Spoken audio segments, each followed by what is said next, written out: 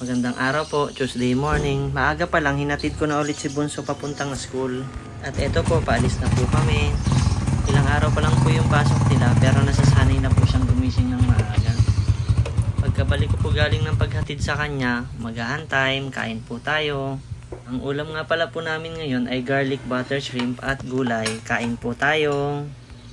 Medyo matagal na rin po pala nung huli kaming nakapagluto ng hipon, kaya mukhang mapapadami ulit ang kain namin ito. Ngayong pasukan po ng mga bata, maaga na naman po ang gising namin dahil pang umaga po ang pasok ni Bunso.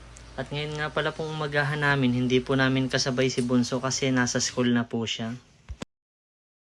At ito po ang labasan na ni Bunso, sinundo na po namin siya.